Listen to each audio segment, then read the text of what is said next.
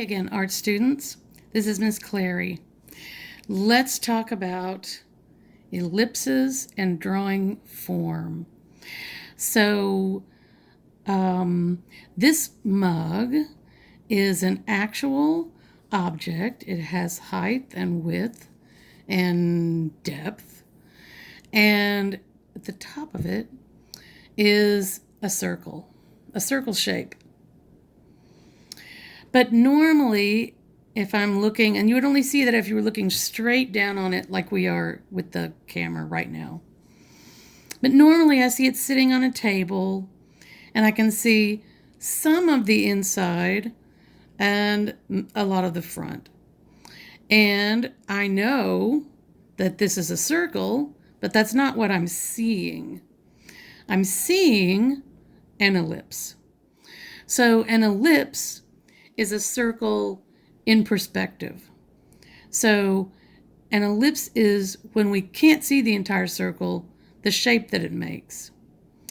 So we are going to draw forms. You drew a vase with the presenter of the video yesterday. And today we're going to draw something actually much simpler. We're going to draw tubes. I've drawn these with students for a long time, and sometimes now, because I'm so used to drawing them, I've drawn them so many times, I'll doodle and do drawings using tubes just because it's fun. Technical drawing is not what I'm really interested in, but they are fun to draw. So this also is more complicated than what we're going to do today. We're going to make this drawing or something like it. Your video, your drawing, does not have to be exactly like my drawing. I'm just going to show you ways to use the tubes and make a drawing of some crazy machinery. And it's a daily grade. It's a step into working on the final project.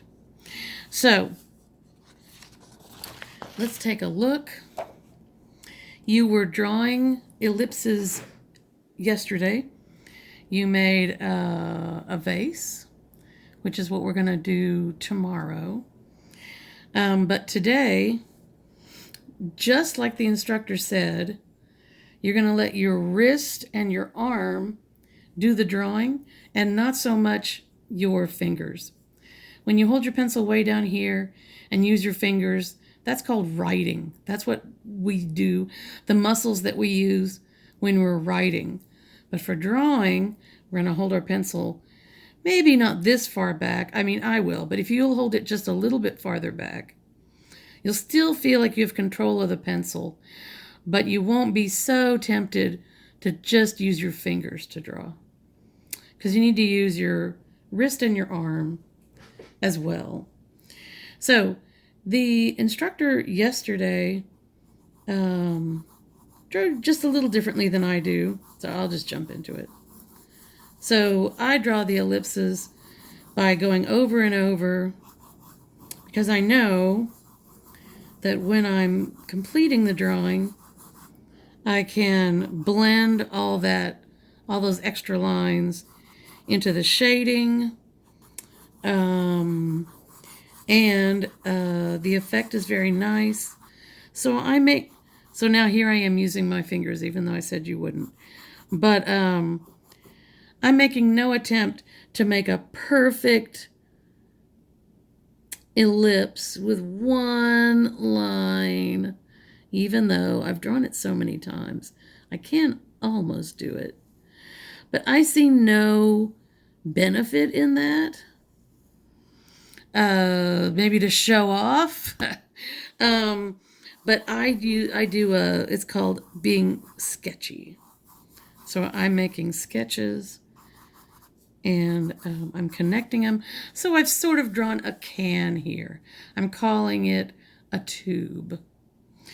So to make a smaller tube connected to this tube, I'm going to draw the ellipse on the top of the tube we've been using and draw the other tube here, the top of the tube. Connect those with straight lines. So far we've just used straight lines. Even yesterday when you made the vase, you did some curved lines, and we'll do that tomorrow. So if I wanted to make a bigger ellipse up here, look how far back I'm holding my pencil, partly because of I've got this little setup and I don't really have a lot of room. So I'm going to connect again with straight lines, and so we're making a kind of a funnel because we're making this weird machinery. So something's going to come in here into the hopper, the funnel, go into this tube. If we wanted to make a bigger base tube, on my practice drawing, I thought that shape was a little too big. So now I hope that you're drawing along with me, because that's my expectation. This is a daily grade. Most daily grades I assign because they can be gimme 100s for you. So do not neglect to draw along with me and get your automatic 100. So now there's a base to this. The instructor pointed out absolutely correctly that the ellipse down here would probably be wider. The ellipse up here would be narrower. You know, if we were learning to do architectural drawing or technical drawing, I might make a big point of that, tell you to try to do that. We're not. We're doing an art drawing in art class, so we're just not going to get involved with the fact that if this drawing was closer to eye level, just like the mug, the line would appear to be very narrow.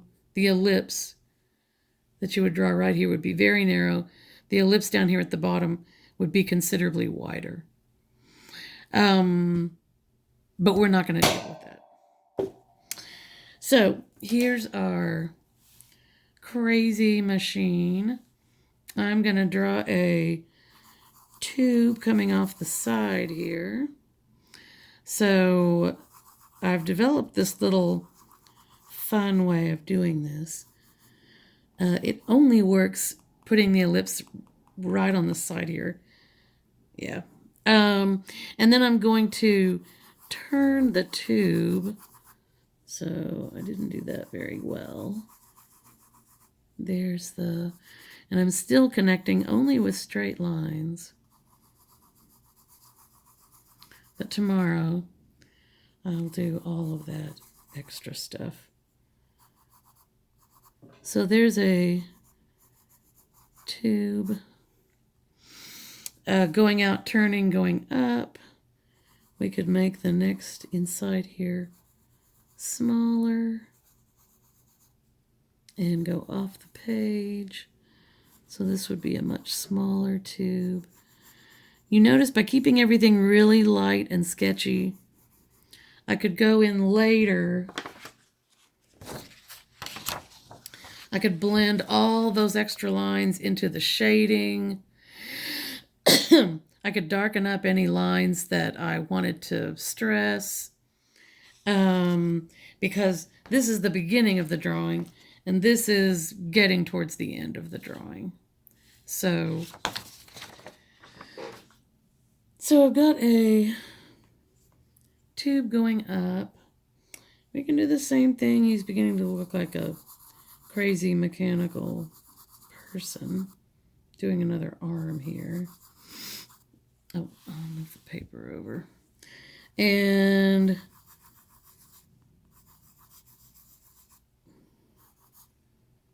connecting lines. Making this one go down. So there's a line, a tube going down.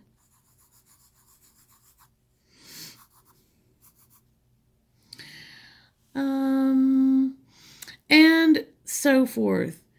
Draw your own, do your own drawing. You can watch this video as much as you like. It's really getting used to drawing the tubes, having them go all different ways. Don't make them too small. You can do tiny little tubes, but draw some larger ones.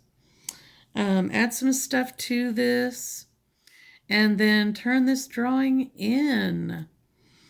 Thank you for drawing along with me. I hope you have fun. See you next time.